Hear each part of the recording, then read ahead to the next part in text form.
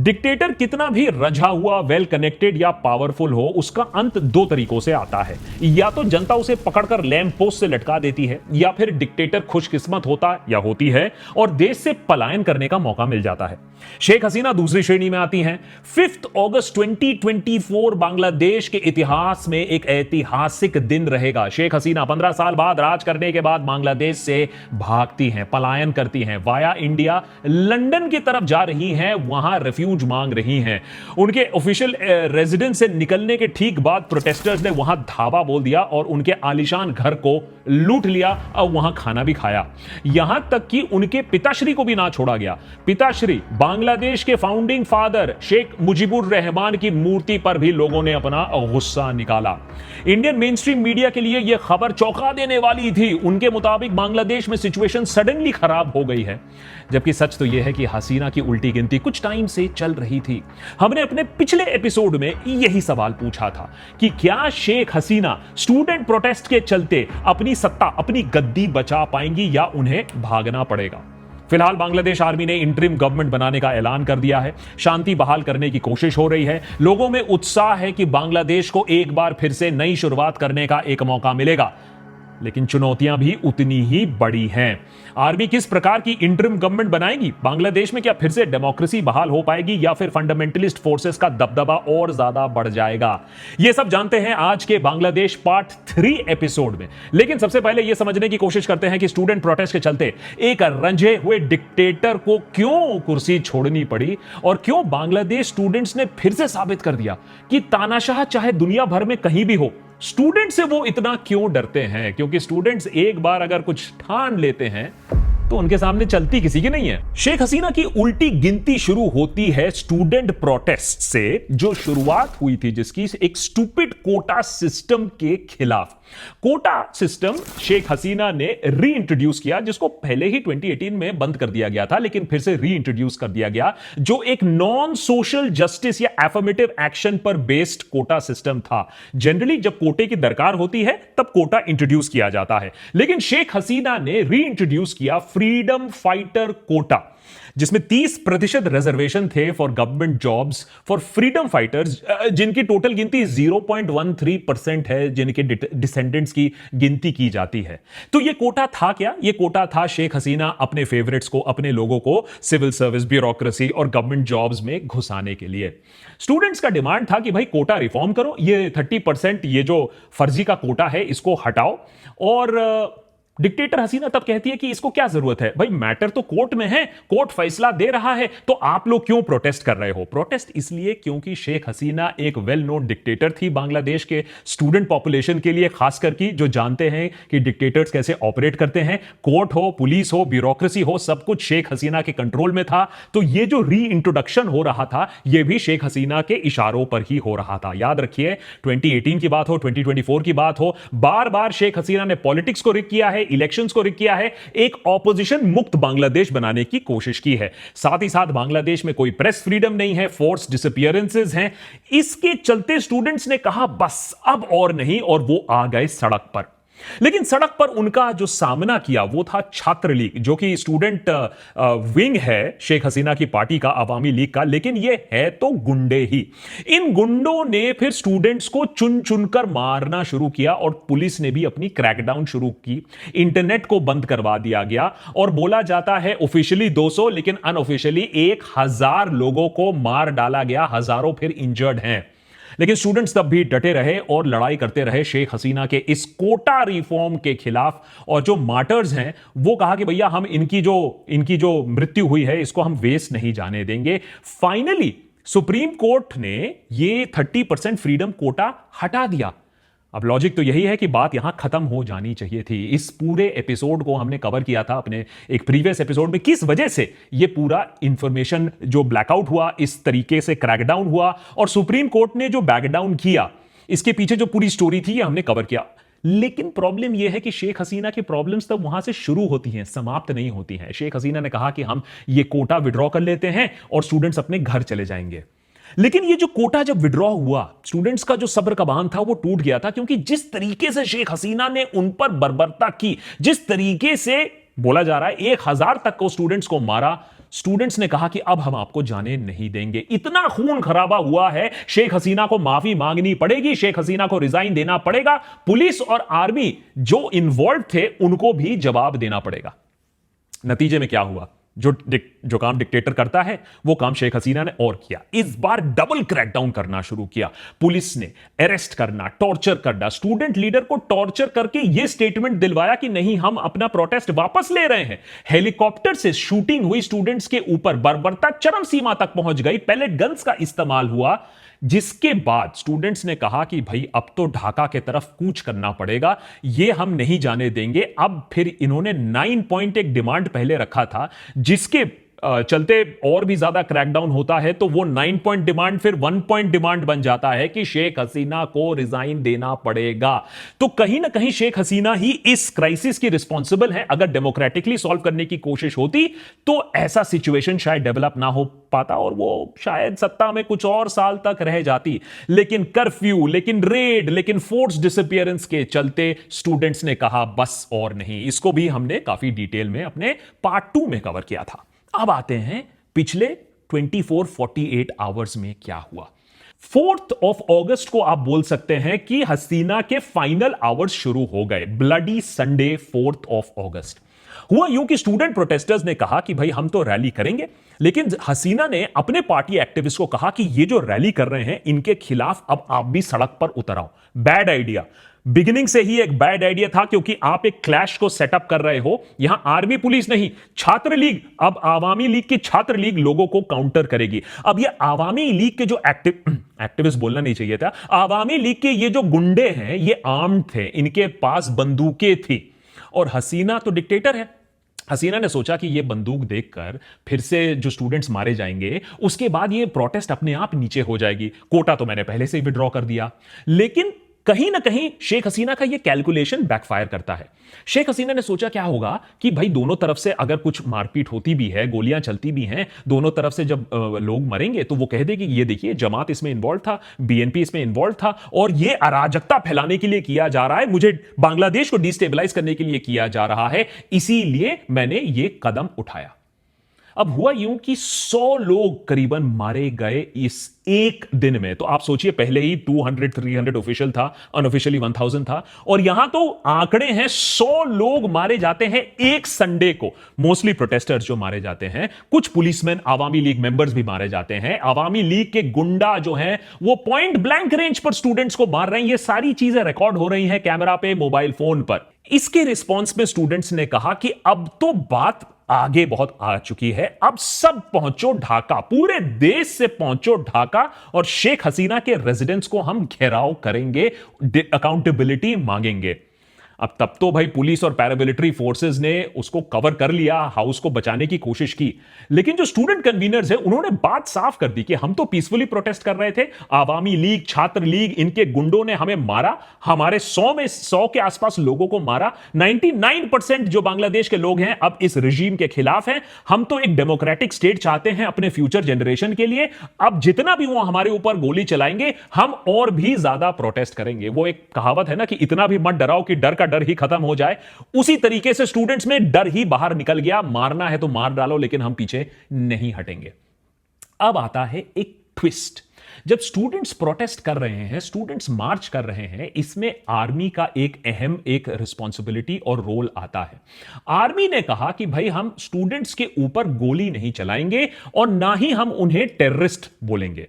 Army ने कहा कि हम कर्फ्यू लगा देंगे, लेकिन we will not shoot at the protesters. ये एक क्रिटिकल पॉइंट आता है जब लोगों को समझ में आता है कि बांग्लादेश में कुछ चेंज होने वाला है, जब आर्मी शेख हसीना के साथ पोजीशन नहीं लेती है। बहुत ही सिग्निफिकेंट है। आर्मी चीफ ने भी कहा we will not shoot at the people.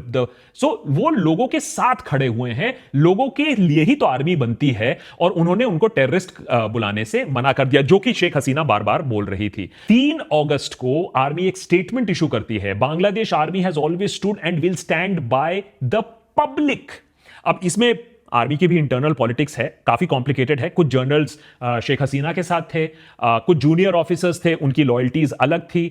तो एक बड़ा सवाल यह था संडे शाम को और मंडे सुबह को कि अगर क्लैश होता है आवामी लीग सपोर्टर्स और प्रोटेस्टर्स के बीच में, तो आर्मी किस तरफ होगी? क्या वो बाईस्टैंडर रहेगी या वो स्टूडेंट्स की तरफ बात करेगी?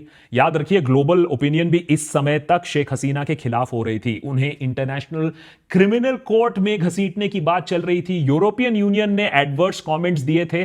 तो एक तरफ से एक स्टेज तो सेट हो गया था, स्टूडेंट मूवमेंट वर्सेस हसीना, इनकलाब वर्सेस तानाशाही। अब आते हैं final few hours of Sheikh Hasina. Monday 11 बजे सुबह का अगर आप नजारा देखें तो इंटरनेट शटडाउन होने की बात हो रही थी कि कंप्लीट शटडाउन होगा, और इसका एक ही मतलब है कि सरकार फिर से क्रैकडाउन करने की मंशा थी। एक टोटल ब्लैकआउट के बाद एक और ब्लडबाथ होने की फुल शंका थी। स्टूडेंट प्रोटेस्टर्स जानते थे इस बात को, लेकिन पीछे नहीं हटे आर या पार। अब ये इंडेफिनिट कर्फ्यू भी लगा दिया गया, इंटरनेट भी हटा दिया गया, हेविली आर्म ट्रूप्स को ढाका में बैठा दिया गया कि स्टूडेंट प्रोटेस्ट को वो कंट्रोल करेंगे। अगर आप बात करें शहीद मीनार, लैंग्वेज मार्टर्स मेमोरियल, यहां क्लैशेस भी देखे गए। मोबाइल, ब्रॉडबैंड, इंटरनेट सब सस्पेंडेड। फेसबुक, यूट्यूब, व्हाट्सएप, आप जो भी बता दें, सब पे रिस्ट्रिक्शंस हैं। लेकिन आर्मी यहां came through for democracy. Army ने यह साइन दिखाना शुरू कर दिया कि भाई वो तो स्टूडेंट के साथ हैं, और शेख हसीना को ही रिजाइन करना पड़ा। और ऑब्वियसली जैसे मैंने बताया कि आर्मी ने बार बार यह दिखा दिया कि स्टूडेंट प्रोटेस्टर्स के ऊपर वो फायर नहीं कर रहे थे। 12 बजे आर्मी चीफ जनरल वकरुज्जमान ने बोल दिया कि वो एक नेशन को एड्रेस करेंगे 2 बजे बांग्लादेश टाइम। इससे साफ हो गया कि बांग्लादेश में एक बड़ा खेल चल रहा है। बहुत लोग एक्साइटेड हो गए कि क्या सच में ये स्टूडेंट प्रोटेस्ट ने एक डिक्टेटर को ओवरथ्रो कर दिया? क्या ये बात सच है कि आर्मी एक स्टेट ऑफ इमरजेंसी डिक्लेयर कर सकती है? लेकिन state of emergency technically army declare नहीं कर सकती है, प्रेसिडेंट को डिक्लेयर करना पड़ता है। तो क्या हो सकता है कि शेख हसीना ही रिजाइन कर दे रही है? 1 बजे तक खुद पीएम ऑफिस, शेख हसीना के ऑफिस के सीनियर ऑफिशियल ने यह कह दिया कि सिचुएशन अभी काफी फ्लक्स में है, कुछ भी हो सकता है। आर्मी चीफ फिर अपना पब्लिक एड्रेस जो है, nation address to the nation है, वो 3 बजे तक पुश करते हैं। लेकिन अब तक लोगों को समझ में आ चुका था, वो यूफोरिया और जुबिलेशन आपको सड़कों पर दिखने लगा था बांग्लादेश के ढाका के 130 पर यह बात कंफर्म होने लगती है कि शेख हसीना ने रिजाइन कर दिया है और वो पलायन कर रही हैं। उस समय बात थी कि वो इंडिया की तरफ पलायन कर रही हैं। लोगों का उत्साह और तेज, जश्न मनाने आ गए, सड़क पर आ गए, और आर्मी को भी, आर्मी पर्सनल को फूल दिया जा रहा था। इसको बांग्लादेश का सेकंड इंडिपेंडेंस बोला जा रहा था। 2 बजे का अपडेट यह आया कि गौरव भवन, जो शेख हसीना का ऑफिशियल रेजिडेंस है, वहां से वो निकल चुकी हैं अपनी बहन के साथ। अब वो एक स्पीच रिकॉर्ड करना चाहती थी, लेकिन वो भी उन्हें नहीं करने दिया गया। सिर्फ एक रेजिग्नेशन और उसके बाद यहां से पलायन। तो लिटरली आप समझ लीजिए शेख हसीना को एग्जाइल में डाला गया। कितने प्रेशर के अंदर डाला गया, कितने थ्रेट के अंदर डाला गया, आर्मी का इसमें क्या रोल था, कितना था, यह चीज अभी बाहर नहीं आई है। लेकिन रेजिग्नेशन कंफर्म्ड होता है, उनका फ्लीइंग कंफर्म्ड होता है। पहले बात थी कि वो इंडिया की तरफ आ रही हैं, लेकिन अब लग रहा है वाया इंडिया वो लंदन की तरफ जा रही हैं, जहां वो रेफ्यूज मांगेंगी। गौरव भवन में स्टूडेंट्स एंटर करते हैं, वहां की आलीशान चीजें देखते हैं, वहां लंच खाते हैं, और फिर प्राइम मिनिस्टर के ऑफिशियल रेजिडेंट्स को लूटा भी जाता है। वहां से चीजें बाहर भी स्टूडेंट्स ले जाते हैं। 3 बजे का अपडेट यह होता है कि आर्मी चीफ आते हैं, नेशनल टेलीविजन पर आते हैं और एक बेटर फ्यूचर की एक गुहार लगाते हैं। कहते हैं कि अब फाइटिंग और किलिंग से कुछ नहीं होने वाला है। ये जो डिस्ट्रक्शन है, ये जो प्रोटेस्ट है, अब इसे रोकने की दरकार है। जो भी गिल्टी है, ये जिस तरीके से स्टूडेंट्स को बर्बरता से मारा गया था, जो भी गिल्टी है उन्हें पनिश किया जाएगा। आर्मी चीफ कहते हैं कि वो सारे लीडर से बात कर चुके हैं, पॉलिटिकल पार्टी के लीडर से बात कर चुके हैं, काफी पॉजिटिव उनकी बातचीत हुई है, और इसके बाद एक इंटरिम गवर्नमेंट बनाया जा रहा है। तो इस इंटरिम गवर्नमेंट के बनने के बाद आशा यह हो रही है कि बांग्लादेश में कम से कम जिस तरीके के प्रोटेस्ट देखे गए, जिस तरीके की खूंखार बने, ब्लड शेड जो देखा गया, कम से कम वो अब रुक जाए। फिलहाल बांग्लादेश में एक सेलिब्रेशन का तो माहौल है, जुबिलेशन का माहौल है। हर दूसरे शहर से यह खबर आ रही है कि बांग्लादेश जीता, डेमोक्रेसी जीता और एक डिक्टेटर हारी। याद रखिए, शेख हसीना ने डेमोक्रेसी को भी ताक पर रख दिया था। पिछला इलेक्शन एक वन पार्टी सिस्टम को ही बांग्लादेश में इन्फोर्स लाया था, जब उनकी आवामी लीग ने ही मेन पार्टी थी जिसने इलेक्शन लड़ा। लेकिन जहां एक तरफ सेलिब्रेशन है, दूसरी तरफ वहां घोर चिंता का भी विषय है। अभी अराजकता बांग्लादेश में देखी जा रही है। गौरव भवन को लूटा गया, ये तो एक बात है। वहां खबर ये आ रही है कि आवामी लीग के मिनिस्टर सब कुछ आग लगा रहे हैं, सारे डॉक्यूमेंट्स को आग लगा रहे हैं, जिससे उनके किए धरे का पता ना चल पाए लोगों को। उधर लोगों में भी इतना ज्यादा गुस्सा है, अभी लॉ एंड ऑर्डर नहीं है, तो वो भी एक वायलेंट मॉब बन रहे हैं। शेख हसीना ने रिजाइन कर दिया है, लेकिन इसके बाद भी वो एग्रेसिवली अटैक कर रहे हैं। कुछ हाउसेस पर अटैक की खबर है, कुछ माइनॉरिटी ग्रुप्स पर अटैक की खबर है, स्टैच्यूज, पब्लिक इंस्टीट्यूशंस, उस पर अटैक की खबर है, वैंडलिज्म की खबर जगह जगह से आ रही है। स्टूडेंट प्रोटेस्टर्स ये कह रहे हैं कि वो ये सारा काम छात्र लीग के लोग कर रहे हैं और वो इंश्योर करेंगे कि माइनॉरिटीज के खिलाफ कोई अटैक ना हो। शेख हसीना के जो सुपुत्र हैं वो रिलीजन को इस्तेमाल कर रहने की कोशिश कर रहे हैं, लोगों को पोलराइज करने की कोशिश कर रहे हैं, लेकिन ऑल सेड एंड डन इस वैंडलिज्म को रुकने की जरूरत है, जिससे कम से कम जो इंटरिम गवर्नमेंट है वो रीग्रुप करे, फोकस करे। सबसे पहला काम जो इंटरिम गवर्नमेंट का है वो ये है कि आवामी लीग ने जिन स्टूडेंट्स को अरेस्ट किया, जिन लोगों को गायब कर दिया, जिन लोगों को सीक्रेटली डिटेन कर लिया, उनको कम से कम इमीडिएटली वापस दिया जाए। जो जिंदा है, बहुत सारे लोग मारे गए हैं, इस पे कोई डाउट नहीं है, लेकिन जो जिंदा है उन्हें इमीडिएटली रिलीज किया जाए। दूसरी खबर यह है कि आवामी लीग पॉलिटिशियन के घरों पर भी अटैक हो रहा है और उन घरों को भी जलाया जा रहा है। कोई भी रेट्रिब्यूशन, चाहे वो कोई कम्युनिटी के खिलाफ हो या कोई पॉलिटिशियन के खिलाफ हो, उसे अभी रुकने की जरूरत है अगर इस इंटरिम गवर्नमेंट को कोई भी क्रेडिबिलिटी चाहिए।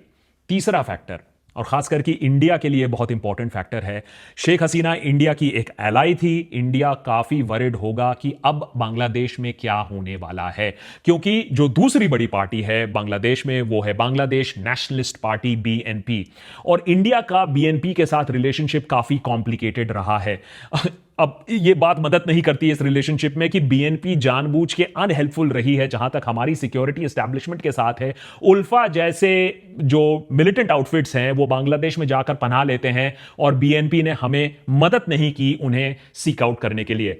याद रखिए, बीएनपी के क्लोजर रिलेशंस हैं पाकिस्तान और चाइना के साथ, तो obviously government of India suspicious है। इस्लामिस्ट ग्रुप्स के साथ भी पार्टनर किया है बीएनपी के, और चाइना की इकोनॉमिक प्रोजेक्ट्स शायद अब प्राइमेसी ले, इंडिया के प्रोजेक्ट्स शायद वहां रुक जाएं। तो एक डिस्ट्रस्ट का माहौल है बीएनपी के साथ, और इसीलिए गवर्नमेंट ऑफ इंडिया भी अभी वरिड है कि किस तरीके का पॉलिटिकल फॉर्मेशन अब आगे आएगा। साथ ही साथ गवर्नमेंट ऑफ इंडिया के लिए एक बहुत बड़ा हेडेक रहेगा कि ये जो इंटरिम गवर्नमेंट है और फिलहाल जो आर्मी है, क्या वो कोई एंटी माइनॉरिटी वायलेंस रोक पाएगा बांग्लादेश में, क्योंकि खबर यह है कि ऐसी प्लानिंग हो सकती है कि माइनॉरिटीज, हिंदूज पर अटैक हो जाए। तो ये पीरियड ऑफ इंस्टेबिलिटी में स्टूडेंट ग्रुप्स का, और मेरी रिक्वेस्ट होगी स्टूडेंट ग्रुप से, वो इंश्योर करे कि बांग्लादेश के रेप्यूटेशन को, बांग्लादेश की माइनॉरिटीज को कोई अटैक ना कर पाए, सिचुएशन को और खराब ना कर पाए, बांग्लादेश की इमेज को और टार्निश ना कर पाए। अब सवाल यह नहीं है कि भाई बांग्लादेश में कौन राज कर रहा है, सवाल यह है कि अब बांग्लादेश में आगे कौन राज करेगा। क्या बांग्लादेश को फिर से एक मिलिट्री रूल मिलेगा, ख्वासाई मिलिट्री रूल मिलेगा, अनइलेक्टेड अथॉरिटेरियन कोई मिलेगा, या मैनेज्ड इलेक्शन फिर से होगा, या समथिंग ट्रूली डेमोक्रेटिक। और वो चेंज शुरू होता है आज से। याद रखिए, फंडामेंटलिस्ट फोर्सेस हैं बांग्लादेश में, क्या वो इस अपॉर्चुनिटी पर पाउंस करेंगी, या फिर जो स्टूडेंट प्रोटेस्टर्स हैं, जो प्रोग्रेसिव यंग स्टूडेंट प्रोटेस्टर्स हैं, क्या वो सेंटर स्टेज ले पाएंगे। देशभक्त पर हम तो इन्हीं स्टूडेंट्स के साथ खड़े रहे हैं, और देशभक्त पर हम चाहेंगे कि यही स्टूडेंट्स एक ऑल्टरनेटिव पॉलिटिकल फोर्स बनकर सामने आए, ना कि आवामी लीग, ना कि बीएनपी, ना कि कोई फंडामेंटलिस्ट पार्टी, बल्कि स्टूडेंट्स खुद एक बड़ी फोर्स बनकर सामने आए। मैं तो यह चाहूंगा कि यही स्टूडेंट ग्रुप्स भी इंटरिम गवर्नमेंट का एक पार्ट बने। जो स्टूडेंट्स ग्रुप ने जो रिस्पॉन्सिबल है डेमोक्रेसी को वापस लाने के लिए, शेख हसीना को आउस्टर करने के लिए, उन्हें इस चेंज का हिस्सा बनना पड़ेगा। जिन स्टूडेंट्स ने अपनी जान दी, उन्हें रिप्रेजेंटेटिव गवर्नमेंट में रहना पड़ेगा। तो अगर आर्मी स्टूडेंट्स को इन्वॉल्व करे तो मेरे ख्याल से बांग्लादेश के लिए एक बहुत बड़ा एक पॉजिटिव स्टेप होगा। याद रखिए, स्टूडेंट्स ही हैं जो शायद बांग्लादेश को इस कठिन समय में आगे ले जा पाएंगे। 40% ऑफ बांग्लादेशी सिटीजन जो 15 से 25 साल की उम्र के बीच में हैं, 40% वो ना आज एम्प्लॉयड है और ना ही वो एजुकेशन में है। तो बांग्लादेश के लिए, बांग्लादेश यूथ के लिए एक बहुत बड़ा चैलेंज है।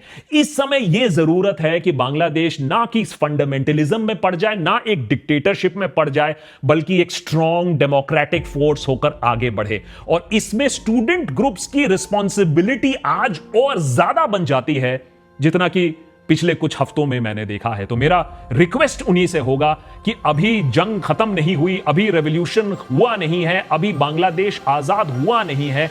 उसे आजाद बनाने के लिए, डेमोक्रेटिक बनाने के लिए अभी काफी फाइट बाकी है। My salute to the student protesters, और मैं यही आशा करता हूं कि ये फाइट वो और भी आगे ले जाएं, जेन्युइन डेमोक्रेसी के तरफ ले जाएं।